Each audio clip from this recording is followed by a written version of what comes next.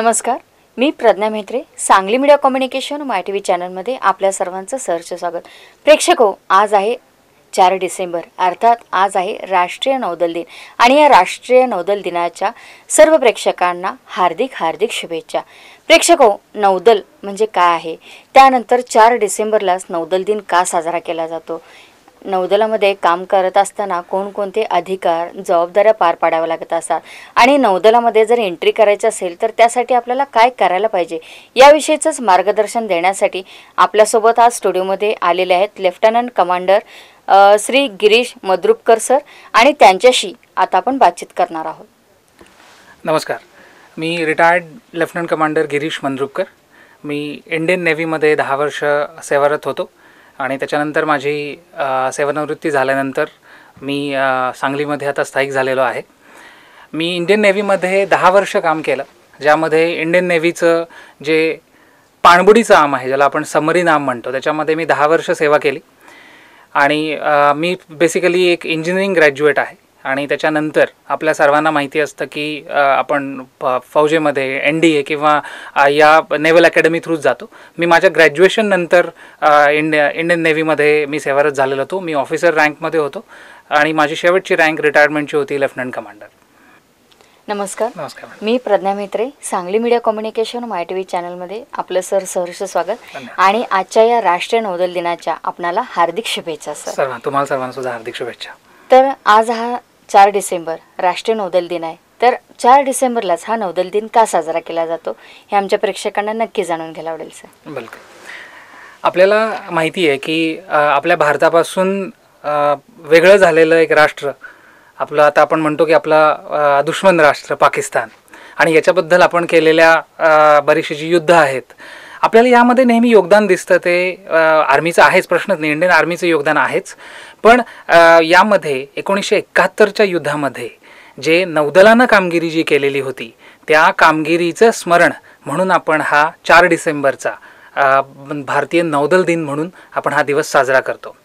या दिवशी Indian नेव्हीचे 3 ships, INS निर्घात, INS निपत आणि INS वीर, या 3 शिप्सनी अतिशय मोठी कामगिरी केली होती, की ज्यामध्ये त्यांनी आपला जो गुजरातचा जो कोस्टल बॉर्डर आहे तिथून ते सेल करून गेलेले होते. आणि तिथून त्यांनी पाकिस्तानची एक युद्धनौका त्यांनी बुडवलेली होती, PNS खैबर म्हणून. आणि ॲक्च्युली आपण निघालेलो होतो कराचीवरती अटॅक करण्यासाठी, कारण त्यावेळेला आपल्याला पाकिस्तानला दोन्ही बाजूनी पकडायचं होतं, की आर्मीने या बाजूने फ्रंट उघडलेला होता आणि आपण बाहेरच्या बाजूने जाऊन कराची बंदरावरती अटॅक करणार होतो. तर हे जी नौदलाची कामगिरी होती, त्या कामगिरीचं एक स्मरण म्हणून आपण हा नौदल दिन साजरा करतो आणि तो 4 डिसेंबरला साजरा करतो.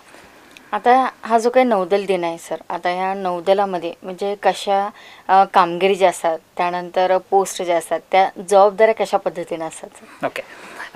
आपण जर का कुठलंही फौजी स्ट्रक्चर बघितलं, कुठलाही फौजी ऑर्गनायझेशनचं जर का स्ट्रक्चर बघितलं, तर आपल्याला दिसतं की त्यामध्ये ऑफिसर्स असतात आणि त्याच्यामध्ये आपण म्हणू सैनिक असतात. तर जबाबदारी जर का म्हणलं, आणि त्यातल्या त्यात आपण जर का नेव्हीची जबाबदारी जर म्हणलं, तर नेव्ही ही तशी टेक्निकल ब्रँच येते.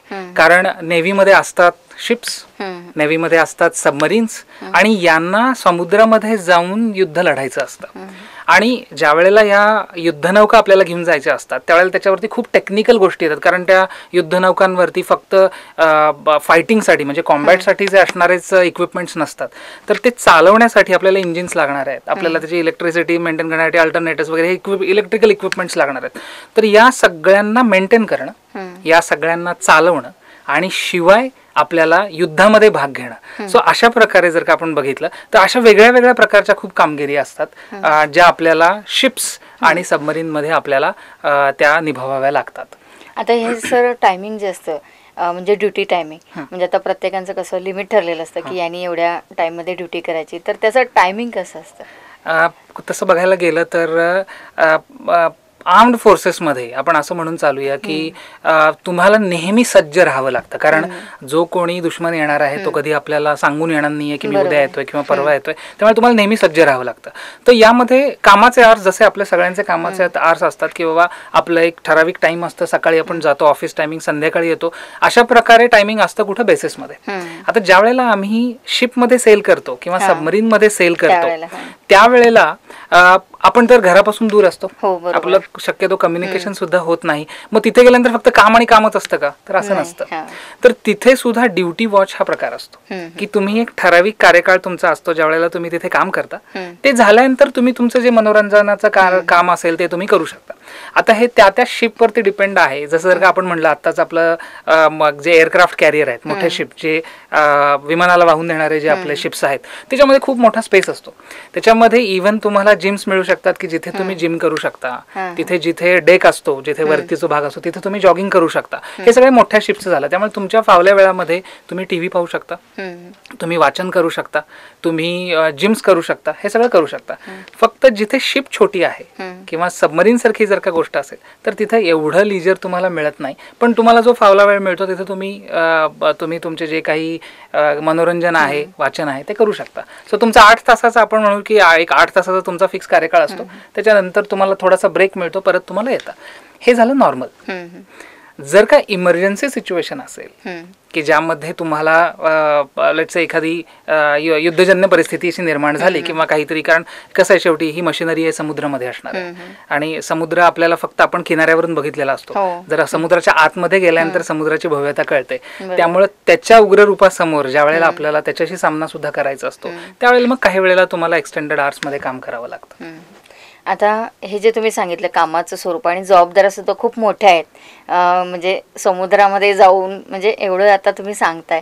आता तुमची जी काही एंट्री झाली या नौदलामध्ये, तर असं तुमचं स्वप्न होतं का तुम्ही करायचं म्हणून ट्राय केलं? याबद्दल नाही, यामध्ये ॲक्च्युली असं सांगायचं झालं तर पहिल्यापासून कधी मनापासून मला पहिल्यापासून मी फौजेत जॉईन होणार असं मला कधी वाटत नव्हतं. पण ज्या वेळेला मी माझं इंजिनिअरिंग करत होतो आणि त्यामध्ये आपल्याला माहिती आहे की इंजिनिअरिंग म्हणजे कसं असतं, मित्र असतात, त्याच्यामध्ये आपलं एकत्रित बसून मूवी बघणं वगैरे असतं. आणि त्यावेळेला तिथे कुठेतरी त्या हॉलिवूडच्या सबमरीन रिलेटेड मूवीज आम्ही बघायला सुरुवात केल्यानंतर त्याच्यामध्ये जे थ्रिल असतं ते बघून मला वाटतं मी इंजिनिअरिंगमध्ये पक्क केलं होतं की जर मला या ह्याच्यामध्ये चान्स मिळाला तर मी सबमरीनमध्ये जाईन. आणि मग मात्र ज्या वेळेला ॲडव्हर्टाइजमेंट आली होती, ज्या वेळेला मी ऑलरेडी कॉर्पोरेटमध्ये काम करत होतो आणि तिथे ज्या वेळेला ही संधी आली त्यावेळेला मी त्याला ॲप्लिकेशन केलं आणि गॉड्स ग्रेस मला पहिल्या ह्यालाच त्यांनी मला सिलेक्शनसाठी बोलवून घेतलेलं होतं. त्यामुळे मी सबमरीन आर्म जॉईन केलं होतं. म्हणजे आपल्याला संधी पण पहिली मिळाली आणि त्यामध्ये माझं सिलेक्शनही झालं. म्हणजे हे खरंच खूप छान गोष्ट. आणि घरच्यांचं म्हणजे काय होतं की आता तू म्हणजे जाणार याच्यामध्ये, म्हणजे विरोध वगैरे असा कोणी केला का किंवा काय, त्यांच्या प्रतिक्रिया काय होत्या? अच्छा, मग होतं असं की माझी आई शिक्षिका आहे, माझे वडील लहानपणी गेले, पण तरी सुद्धा त्याने मला, आमच्या दोघाही भावांना, मी आणि माझा मोठा भाऊ आहे तो डॉक्टर आहे, तर आम्हाला करिअरसाठी बंधनं कधीच घातलेली नाहीये. की तुम्हाला जे योग्य वाटतं, जर का ते विधायक काम असेल तर ते तुम्ही निश्चित करा. मग त्यामध्ये तुम्हाला किती सॅलरी मिळते, मेहनत खूप जास्त करावी लागते, हा त्यांनी आम्हाला पहिल्यापासून कधी शिकवलं नव्हतं. सो तुम्हाला जर ते क्षेत्र आवडतं ते फक्त मनापासून करा, हाच त्यांचं फक्त सांगणं होतं. त्यामुळे विरोध मला असा कधी झाला नाही. कारण ऍक्च्युली झालं पण असं होतं की आपल्याला या क्षेत्राबद्दलची माहिती फारशी नसते. त्यामुळे ठीक आहे, एक इंजिनियर आहे, नेव्हीमध्ये जातोय तर जाऊ दे, एवढंच ह्याच्यामध्ये त्यामध्ये भाग होता. पण ती फौज आहे म्हणून जाऊ नको असं माझ्या आईनं मला कधी सांगितलं नाही. आता या नौदलामध्ये दाखल झाल्यानंतर आपल्याला वेगवेगळे अनुभव आले असतील, तर त्यामधले काही अनुभव आमच्या प्रेक्षकांना नक्की जाणून घ्यायला. हो, नक्कीच. कुठल्याही आपण असं म्हणू, कुठल्याही फौजीला जर आठवणीतले प्रसंग कुठले असतील तर ते त्याच्या अकॅडमीतले प्रसंग असतात. कारण अकॅडमी ही अशी एक आपण म्हणू एक अशी एक सिस्टीम असते जी तुम्हाला सिव्हिलियन पासून तुम्हाला फौजी बनवत असते. सो म्हणून मला ह्या अकॅडमी बद्दल पण थोडं सांगायला आवडेल आणि पुढचं एक्सपिरियन्स मी शेअर करेन. ह्या अकॅडमीमध्ये ॲक्च्युली असं होतं की आपण ज्यावेळेला सिव्हिलियन बॅकग्राऊंडमध्ये, कारण मी तर इंजिनिअरिंग करून कॉर्पोरेटमध्ये जॉब करून मग नेव्हीमध्ये दाखल झालेलो होतो, त्यामुळे आपल्याला ती जी सवय असते की फिजिकल एक्सरसाइज किंवा आपण ते जे आपण म्हणू की रिगरस ते जे एक्सरसाइज असतो फिट ठेवणं याच्याकडे आपला कल शक्यतो नसतो. आणि अकॅडमीमध्ये मात्र तुमची पूर्ण शारीरिक तयारी करून घेतली जाते. मग तुम्हाला टाइम मॅनेजमेंट पासून ज्या सगळ्या गोष्टी शिकवल्या जातात, तुम्हाला जो व्यवस्थितपणा शिकवला जातो, तुम्हाला सगळं काम तुमचं तुम्हाला तिथे करायचं असतं. म्हणजे तुमच्या कपड्या धुण्यापासून कपड्यांच्या इस्त्रीपासून सगळ्या वेळा व्यवस्थित पाळणं ही फक्त आणि फक्त तुमची जबाबदारी असते. मग अशा रुटीनमध्ये गेल्यानंतर जे चॅलेंजेस मला पहिल्यांदा आले की त्यावेळेला ऍक्च्युली ही काही गोष्ट सवयच नसते. म्हणजे मी ज्यावेळेला अकॅडमी जॉईन केली मला आठवतंय की माझा हेअरकट जवळजवळ माझे केस इथपर्यंत असतील आणि पहिल्याच दिवशी अकॅडमी जॉईन केल्यानंतर त्याने आमचा जो क्रू कट घेतला की ज्यावेळेला आम्ही जाताना आमच्या सगळ्यांच्या हेअरस्टाईल वेगळ्या वेगळ्या होत्या आणि नंतर त्या आणि तिथे कुठे आरसा वगैरे पण नसतो. म्हणजे आपल्याला कळतं किंवा हा माझा हेअरकट कसा होतोय हा प्रश्न गौण असतो. पण बाहेर आल्यानंतर आम्हाला कळलं की आम्ही सगळे एकसारखे दिसत होतो आणि तिथून ऍक्च्युली आमच्या अकॅडमीची सुरुवात झाली की क्रू कट सुरू झाला आणि तो मला वाटतं की तो नंतरचा आपला आवडता कट होऊन जातो. त्यामुळे तो मी अजूनपर्यंत मेंटेन ठेवतो. पण ही एक पहिली आठवण की तुम्हाला तिथे दाखवलं जातं की तुम्ही ऍक्च्युली वेगळे आहात. सो डे 1 पासून सुरुवात होतं की तुम्ही वेगळे आहात आणि तुम्हाला ते येतं. अशा पद्धतीने मग ते ट्रेनिंग खडतर असतं. पण ट्रेनिंगमध्ये जे तुम्हाला मित्र मिळतात ते मला असं म्हणतो की जीवाभावाचे मित्र जर कुठं भेटतील तर ते फक्त फौजेत भेटतील. आणि त्याच्यानंतरचा मग माझा अनुभव म्हणजे माझा सबमरीनमधले अनुभव. सबमरीनबद्दल बोलताना असं आहे की आपण असं म्हणतो की आग जर असेल तर ती आग तुम्हाला निदान वाचवा वाचवा असं म्हणायला वाव देते. पण पाणी तुम्हाला तसं कधीच वाव देत नाही. कारण पाण्यामध्ये एकदा तुम्ही गेलात की तुम्ही बुडलात, तुम्हाला कोणाला बोलवताही तुम्हाला येत नाही. आणि माझं ज्या यामध्ये मी जाणार होतो ते तर पाणबुडीचं आम होतं की ज्यामध्ये आपण पूर्णपणे निसर्गाच्या विरुद्ध जातोय. कारण आपण बनलोय जमिनीवर राहण्यासाठी, पण जर का आपण पाण्याखाली जाणार असू तर आपण पूर्ण निसर्गाच्या विरुद्ध जातो. मग त्यासाठीचं जे ट्रेनिंग असतं ते स्पेशल ट्रेनिंग असतं की जे आपण सबमरीनचं आमचं एक सत्वाना म्हणून स्कूल आहे जे विशाखापट्टणम मध्ये स्कूल आहे ज्याच्यामध्ये तुम्हाला ह्या सबमरीन रिलेटेड सगळं ट्रेनिंग शिकवलं जातं. आणि ट्रेनिंगचा मुख्य भाग असतो तो असतो एस्केप ट्रेनिंग.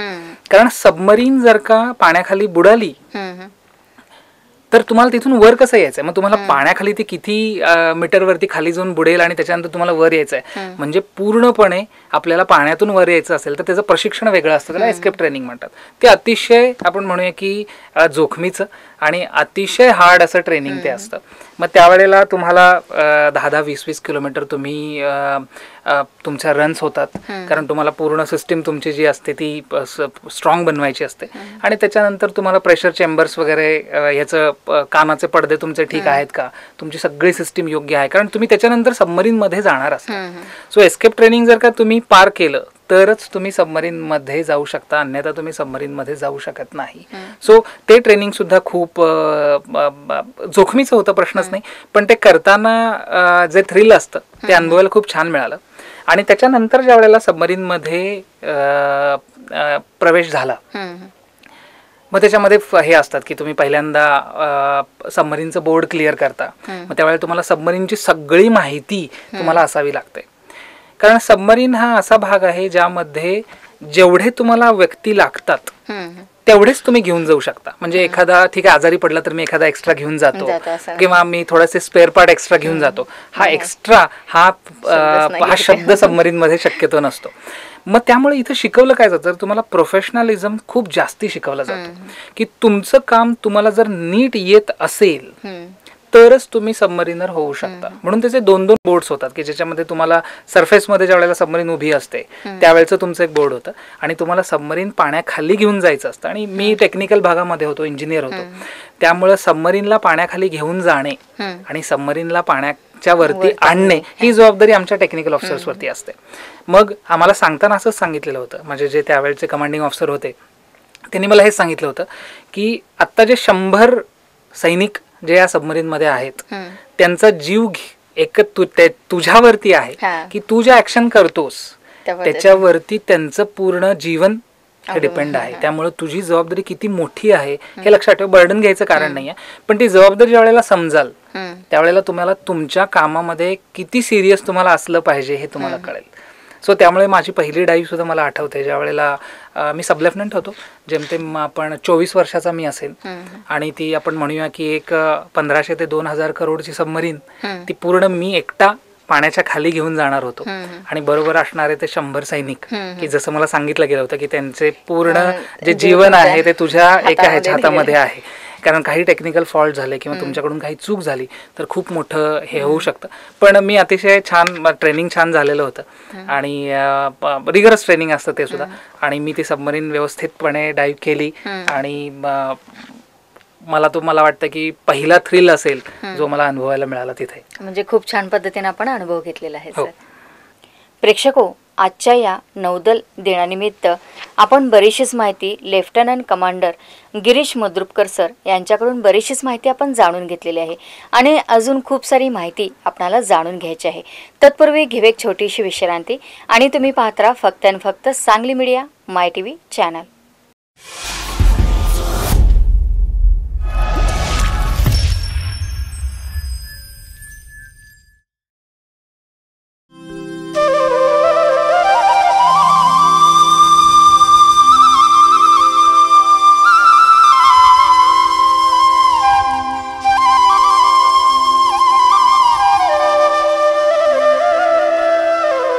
बासरी कृष्णाची, डमरू शंकराचा, अष्टदुर्गेचे आयुध तुळशी भार विठुरायाचा. मनामनात भक्ती वसते कुलदैवताच्या व्रतांची. नाही गरज आता जाऊन दर्शन घेण्याची. घरी बसून सारे देव येतील समोर साक्षात. SMC लाईव्ह दर्शन चॅनल लावा, रंगा भक्ती रसात.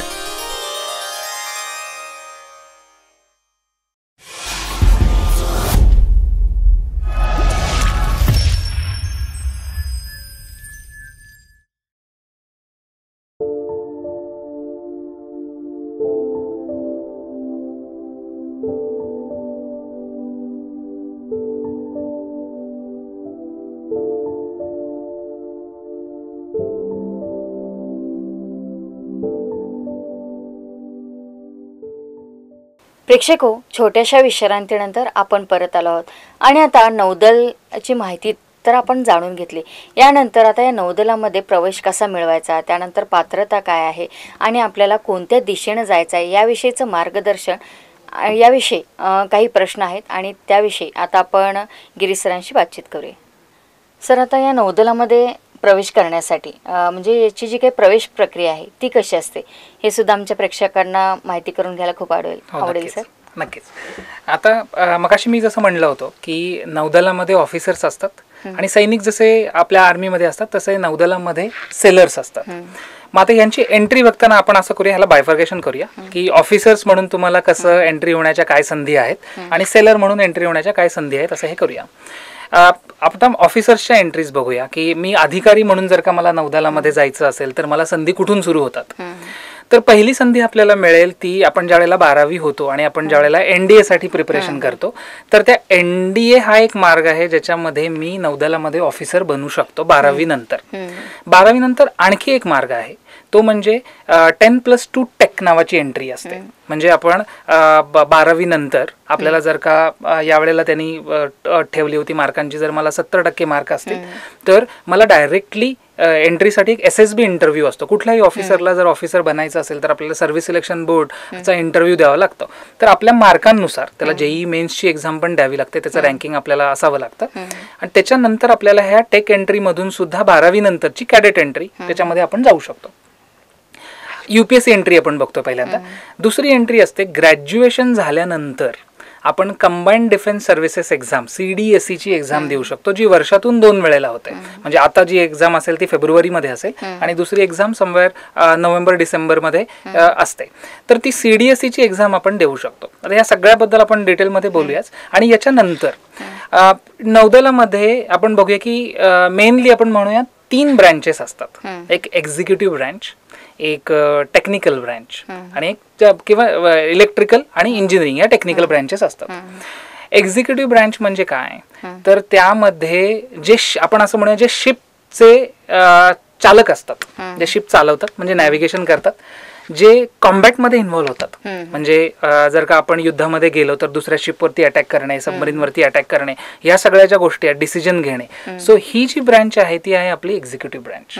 मग याच्यामध्ये पायलट्स येतील, याच्यामध्ये हायड्रोग्राफर्स येतील, याच्यामध्ये नेव्हल आर्मामेंट इन्स्पेक्शन येईल, ऑब्झर्व्हर्स येतील, जनरल सर्व्हिस येतील, या सगळ्या एंट्रीज येतात. आणि टेक्निकलमध्ये इंजिनिअरिंग ब्रँच येते आणि इलेक्ट्रिकल ब्रँच येते. आता मेनली आपण असं म्हणूया की जास्तीत जास्त नौदलातल्या संधी या इंजिनियर्ससाठी आहेत. कारण जसं मी पहिल्यांदा म्हणलं होतं की नेव्ही ही टेक्निकल आहे आणि त्यामुळे तुम्हाला तिथं टेक्निकल लोक जास्ती लागतात. इतरांसाठी आहे ते आपण नंतर कव्हर करूया. पण मॅक्सिमम नेव्हीमधल्या एंट्रीज आपण असं अगदी मी म्हणू शकेन की 90 ते 92% एंट्रीज ज्या आहेत त्या इंजिनियर्ससाठी आहेत आणि मुलामुलीं दोघांसाठीही आहेत. मग यासाठी आपल्याला एक एक्झाम द्यावी लागते जी ह्या अलीकडच्या काळामध्ये सुरू झाली आहे. तिला म्हणतात INET, म्हणजे इंडियन नेव्ही एंट्रन्स टेस्ट. ही टेस्ट सुद्धा वर्षातून 2 वेळेला होते. जसं मी CDSEचं शेड्यूल सांगितलं की समवेअर वर्षाच्या सुरुवातीला आणि वर्षाच्या मध्ये, अशा प्रकारे त्याची ती एक्झाम होते. या INETची एक्झाम ही एंट्रन्स एक्झाम असते, रिटर्न टेस्ट असते. ही झाल्यानंतर जे कोणी आपण क्वालिफाय होऊ या INET मध्ये त्यांना आपल्याला चान्स मिळतो SSB साठी अपियर होण्यासाठी. सो प्रोसेस मोठी आहे पण करिअर खूप चांगलं आहे. त्यामुळे आपण INET पहिल्यांदा द्यावी लागते. आणि हे ग्रॅज्युएट्स जी मुलं आहेत ज्यांचं ग्रॅज्युएशन पूर्ण झालेलं आहे आणि वयाची अट समवेअर 25 वर्षापर्यंतची असते, तर जे ग्रॅज्युएट झालेत किंवा जे ग्रॅज्युएशनच्या शेवटच्या वर्षामध्ये आहेत ते हे सगळे लोक ही INET एक्झाम देऊ शकतात. आणि त्याच्यानंतर त्याचा रिझल्ट लागतो आणि त्याच्यानंतर आपल्याला SSB इंटरव्ह्यूसाठीचा कॉल येतो. आणि मग आपण SSB इंटरव्ह्यू, तो 5 दिवसाचा इंटरव्ह्यू असतो की ज्याच्यामध्ये आपल्याला पहिल्या दिवसामध्ये स्क्रीनिंग होतं की आपलं काही टेस्ट घेतल्या जातात. तर पहिल्या दिवसामध्ये जसं आपण बघितलं की स्क्रीनिंग असतं आणि त्याच्यामध्ये जेवढे लोक सिलेक्ट होतील ते मग पुढच्या 4 दिवसासाठी तिथे थांबतात. आणि हा पूर्ण 5 दिवसांचा SSB इंटरव्ह्यू असतो ज्याच्यामध्ये तुम्हाला सायकोलॉजिस्ट जे असतात ते तुम्हाला तुमचं परीक्षण करतात, ग्रुप टेस्टिंग ऑफिसर असतात ते परीक्षण करतात, इंटरव्ह्यूइंग ऑफिसर असतो तो परीक्षण आपल्याला ते करतात. आणि त्याच्यानुसार आपण त्या एंट्रीसाठी आपण कितपत फिट आहोत हे बघून आपल्याला इंडियन नेव्हीमध्ये ऑफिसरचं कॉल लेटर येतं. सो ही माहिती होती की आपण इंडियन नेव्हीमध्ये ऑफिसर म्हणून कसं कसं जॉईन होऊ शकतो 12वी पासून ते ग्रॅज्युएशन झाल्यापर्यंत. आणि एक चांगली गोष्ट अशी आहे की आपण आजकाल पाहतो की कुठेही आपण जर जॉबसाठी गेलो तर आपल्याला पहिला प्रश्न विचारला जातो तुमच्याकडं अनुभव किती आहे. आणि हा प्रश्न कुठल्याही आर्म्ड फोर्सेसच्या एक्झाम्समध्ये विचारला जात नाही. म्हणजे मी जसं म्हणलं वयाची अट 25 वर्ष, तुम्ही 25व्या वर्षी जरी तो इंटरव्ह्यू द्यायला गेलात आणि तुमचं सिलेक्शन झालं तरी सुद्धा तुम्हाला कोणी विचारणार नाही की तुम्ही ग्रॅज्युएशननंतर तुमच्याकडे अनुभव किती आहे. कारण हे जे ट्रेनिंग आहे त्यामध्ये तुम्हाला फौजी अधिकारी बनवण्याचं ते पूर्ण अकॅडमीमध्ये आणि पुढच्या तुमच्या काही टेक्निकल कोर्सेसमध्ये पूर्ण होत असतं. तर हा भाग होता ऑफिसर म्हणून मला कशी एंट्री करायला मिळेल. आता दुसरा भाग आपण जो म्हणलं होतं की मला सेलर एंट्रीमधून जायचं आहे. मग काही जणांना असं असतं की मला शिक्षणामध्ये एवढी जास्ती आवड नाही आहे, मला शिक्षण घेणं शक्य नाही आहे. अशा प्रकारामध्ये मग आपण असं म्हणू की आपण मग सेलर म्हणून मी कसं एंट्री होऊ शकतो. तर सेलर बनण्यासाठी सुद्धा काही एंट्रीज असतात जसं की आर्टिफायसर अप्रेंटिस. आता शब्द ऐकायला अवघड वाटतात पण मी ते सांगेन की काम काय असतं आणि कशी एंट्री करायची असते. त्यानंतर SSR म्हणजे सिनियर सर्व्हिस रिक्रूट किंवा MR मॅट्रिक एंट्री रिक्रूट अशा प्रकारच्या. तर जसं आपण बघितलं की इंजिनिअरिंग ब्रँचेस आहेत आणि एक्झिक्युटिव्ह ब्रँचेस आहेत. त्याच्या खाली काम करण्यासाठी, त्या अधिकाऱ्यांच्या हाताखाली काम करण्यासाठी आपल्याला हे जे सेलर्स किंवा सैनिक जे असतात त्यांच्यासाठी जर AAA म्हणजे आर्टिफायसर अप्रेंटिस की जे टेक्निकल विभागामध्ये काम करणारे विद्यार्थी असतात, पात्रता असते 12वी असली पाहिजे तुमची, 12वी पास असलेले पाहिजेत, तुमचं वय वर्ष 20 पर्यंत असलं पाहिजे, 17 ते 20 मध्ये तुमचं वय असलं पाहिजे.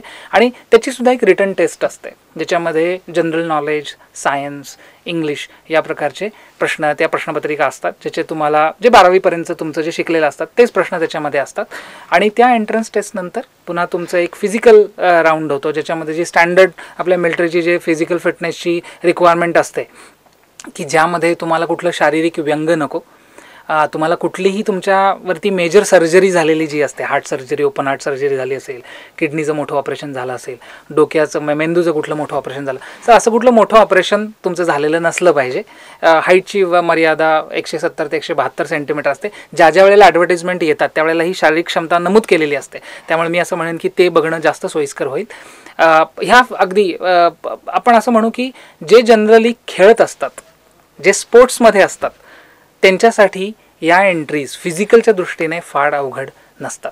तसंच SSR एंट्री जर आपण बघितली तर त्याच्यामध्ये आपण जे म्हटलं एक्झिक्युटिव्ह ब्रँच, तर त्यांच्या हाताखाली ज्या वेळेला आपल्याला हे काम करावं लागलं, टेक्निकल पण असतं आणि ते एक्झिक्युटिव्हच्या दृष्टीनं म्हणजे आपण म्हणू की वॉरफेअरच्या दृष्टीने जे मदत लागणार असते, सोनार ऑपरेटर असतील, रडार ऑपरेटर असतील, किंवा तुम्हाला ज्या वेळेला आपण म्हणू की टॉर्पिडोज किंवा मिसाईल सोडायचे आहेत त्यांना मदतीसाठी जे ऑपरेटर्स लागतील, ते सगळे त्या एंट्रीखाली येतात. याशिवाय 10वीच्या नंतरसुद्धा काही एंट्री आहेत ज्याला आपण मेट्रिक एंट्री रिक्रूट म्हणतो. मग 10वी तुमचं पास असणं आवश्यक आहे आणि त्याच्यानंतर तुम्हाला हे अपॉर्च्युनिटीज, मग त्यामध्ये कुठले असतात, स्टीवर्ड्स, कुक्स आणि हायजिनिस्ट, की ज्यांनी स्टीवर्ड्स, कुक जे आपण म्हणू वाढपी जे असतात, कुक्स जे कारण जेवण बनवायला लागणारच आहेत, या सगळ्या ह्याच्यामध्ये ज्या संधी आहेत त्या आपल्याला ह्याच्यामध्ये मिळू शकतात. ह्या झाल्या सेलर्समध्ये आपल्याला ज्या एंट्री मिळतात त्या. आणखी एक छोटीशी गोष्ट सांगायची राहून गेली की मगाशी मी जसं म्हटलं की बऱ्याचशा एंट्रीज ह्या फक्त इंजिनियर्ससाठी आहेत. मग इतर ब्रँचेस कुठल्या, तो भाग सांगायचा राहिला होता, ते सांगतो. आता नेव्हीमध्येच लॉजिस्टिक्स नावाची एक ब्रँच आहे एक्झिक्युटिव्ह खाली. तिथे MBA झालेली मुलंसुद्धा अप्लाय करू शकतात, किंवा BSc MSc झाल्यानंतर जर तुम्ही PG diploma material management, supply chain management यामधून जर केला असेल तरीसुद्धा तुम्ही ऑफिसर एंट्रीसाठी लॉजिस्टिक्स डिपार्टमेंटमध्ये तुम्ही अप्लाय करू शकता. आणखी एक ब्रँच आहे एज्युकेशन ब्रँच. जसं आपण बघतो की जसे आपल्या इथं शाळा आहेत, कॉलेजेस आहेत, तसे नेव्हीमध्ये सुद्धा आमचे कॉलेजेस आहेत, तिथे आमचे ट्रेनिंग सेंटर्स आहेत. तिथे शिकवण्यासाठी जे इन्स्ट्रक्टर्स लागतील, मग ते कोण लागणार, तुमच्याकडे जर का तुम्ही MSc फिजिक्स असाल, तुम्ही MSc मॅथमॅटिक्स असाल, तुम्ही ह्याच्यामध्ये MSc MA इंग्लिश किंवा हिस्ट्री केलं असेल, तुम्ही इंजिनियर असाल, तरीसुद्धा एज्युकेशन ब्रँचमध्ये सुद्धा तुम्हाला ही संधी मिळू शकते. तर अशा प्रकारे नौदलामध्ये तुम्ही ऑफिसर आणि सेलर या दोन्हीसाठी ॲप्लाय करू शकता. आणि याची पूर्ण माहिती जर का तुम्हाला डिटेलमध्ये हवी असेल, काय काय करतं आणखी डिटेलमध्ये हवी असेल, तर joinindiannavy.gov.in या वेबसाईटवरती जावा. अतिशय सुटसुटीत आणि छान माहिती दिलेली आहे. सर, आताच आपण अपॉर्च्युनिटी सांगितली की नौदलामध्ये कशा पद्धतीनं आपल्याला संधी आहेत. तर या संधीचं सोनं करण्यासाठी मार्गदर्शन ही तितकंच महत्त्वाचं असतं. तर मार्गदर्शन करण्यासाठी म्हणजे कोणकोणत्या भागामध्ये मार्गदर्शन केंद्रे किंवा विविध संस्था कार्यरत आहेत याबद्दल सुद्धा आमच्या प्रेक्षकांना नक्की जाणून घ्यायला आवडेल. नक्कीच. औरंगाबादमध्ये महाराष्ट्र शासनाची सर्व्हिसेस प्रिपरेटरी इन्स्टिट्यूट म्हणून ही इन्स्टिट्यूट आहे, जी NDAचं पूर्ण प्रशिक्षण NDAसाठी मुलांना तयार करते. त्याची एक 10वी नंतर एंट्रन्स एक्झाम असते, तिथे आहे. इतर एंट्रन्स एक्झामसाठी तुम्हाला नेव्हीच्या वेबसाईटवरती सगळी माहिती मिळून जातेच. आणि मी असं म्हणेन सांगलीच्या सगळ्या प्रेक्षकांसाठी, आम्ही सगळे वेटरन्स जे आहोत त्यांना तुम्ही कधीही कॉन्टॅक्ट करू शकता.